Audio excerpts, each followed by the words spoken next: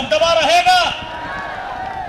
तो भैया इस दबदबे को कायम रखने के लिए हमारा दबदबा नहीं, आपका भी दबदबा हो सकता है। हम आप सतयुग में भी थे, हमारे पूर्वज सतयुग में भी थे, हमारा इतिहास सतयुग में भी था, हमारा इतिहास त्रेता में भी है।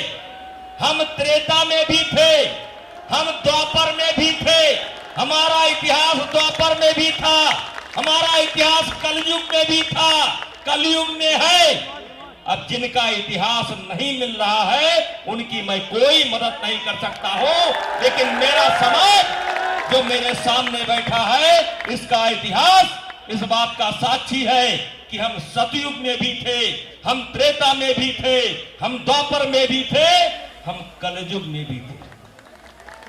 भाइयों, एक बार व्यास जी से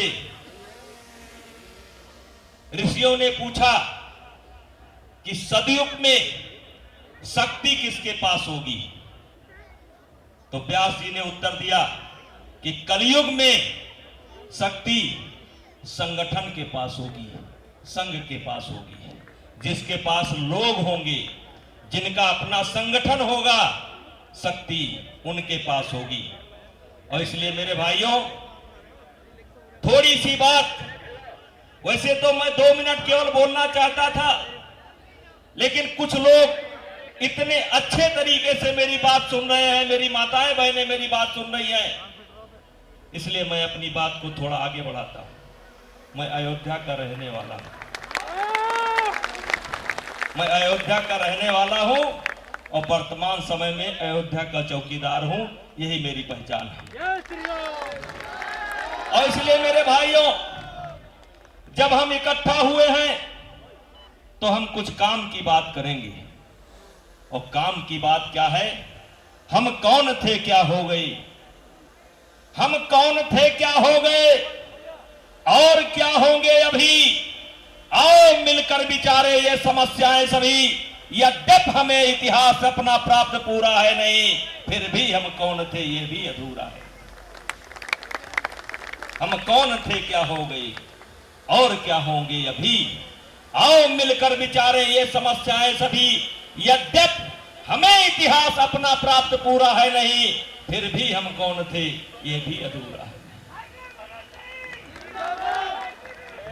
बस भाई, बस बस बस, थोड़ा रील बना लो थोड़ा। अच्छा, तो मेरे भाइयों, मैं कहना चाहता था या कहना चाह रहा हूं कि सतयुग, त्रेता, द्वापर, कलयुग और कलयुग में भी हम बप्पा रावल के रूप में थे।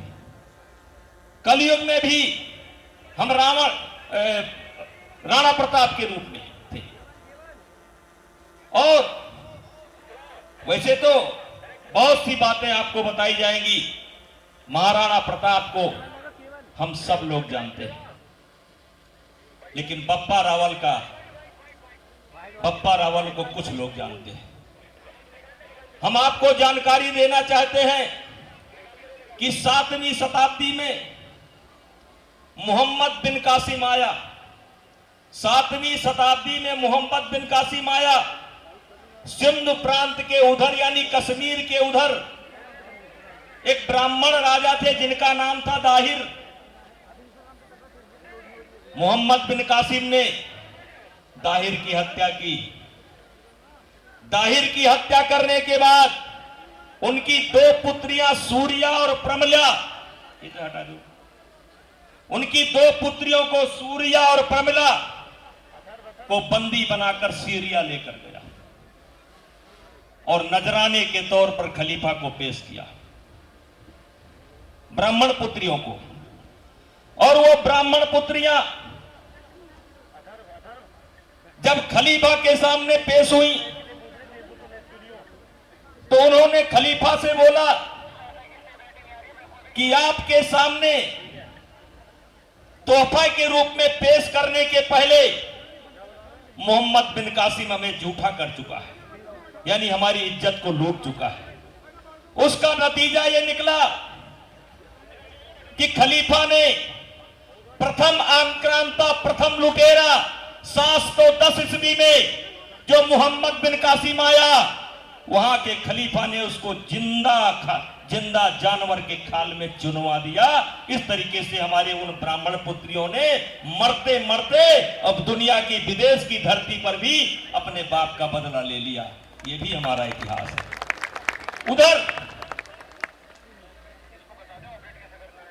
उधर ताहिर का पुत्र भाग करके मेवाड़ आता है, और मेवाड़ में उस समय बप्पा रावल का शासन हुआ करता था। बप्पा रावल स्वयं और गुज्जर प्रतिहार राजा नागभट्ट, साउथ का राजा नरसिंहन, कुछ ऐसे राजाओं को लेकर के एक संगठन बनाते हैं। देश में पहली हिंदू ब्रिगेड बनती है, पहली सेना बनती है। और मेरे भाइयों, बप्पा रावल के नेतृत्व में बिन कासिम तो चला गया था, लेकिन 60,000 की सेना छोड़ करके गया था, और केवल 7,000 हमारा जो संगठन बना था, जिसमें गुज्जर प्रतिहार राजा नागभट्ट भी थे और जिसका नेतृत्व बप्पा रावल कर रहे थे। इन लोगों ने पूरी सेना को नष्ट करने का काम किया। और मेरे भाइयों, आज का ये जो रावलपिंडी है, किसके नाम पर है? ये बप्पा रावल के नाम पर है। ये बप्पा रावल का बसाया हुआ। और यही नहीं, बप्पा रावल ने सीरिया तक, ईरान तक जा करके प्रशोध लिया, मुस्लिम राजाओं को हराने का काम किया, और 35 मुस्लिम रानियों के साथ बप्पा रावल ने अपना ब्याह रचाने का काम किया। और मेरे भाइयों, यह घटना 710 की है।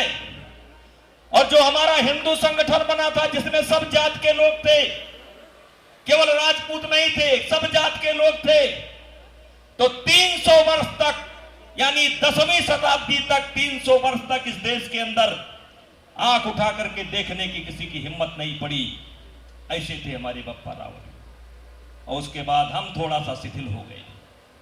और शिथिल क्यों हुए? षड्यंत्र हुआ, हम आपस में लड़ पड़े, कोई सामूहिक नेतृत्व नहीं था। हम बड़े कि तुम बड़े, तुम बड़े कि हम बड़े। और जिसका नतीजा निकला कि कई सौ साल तक हम गुलाम रहे।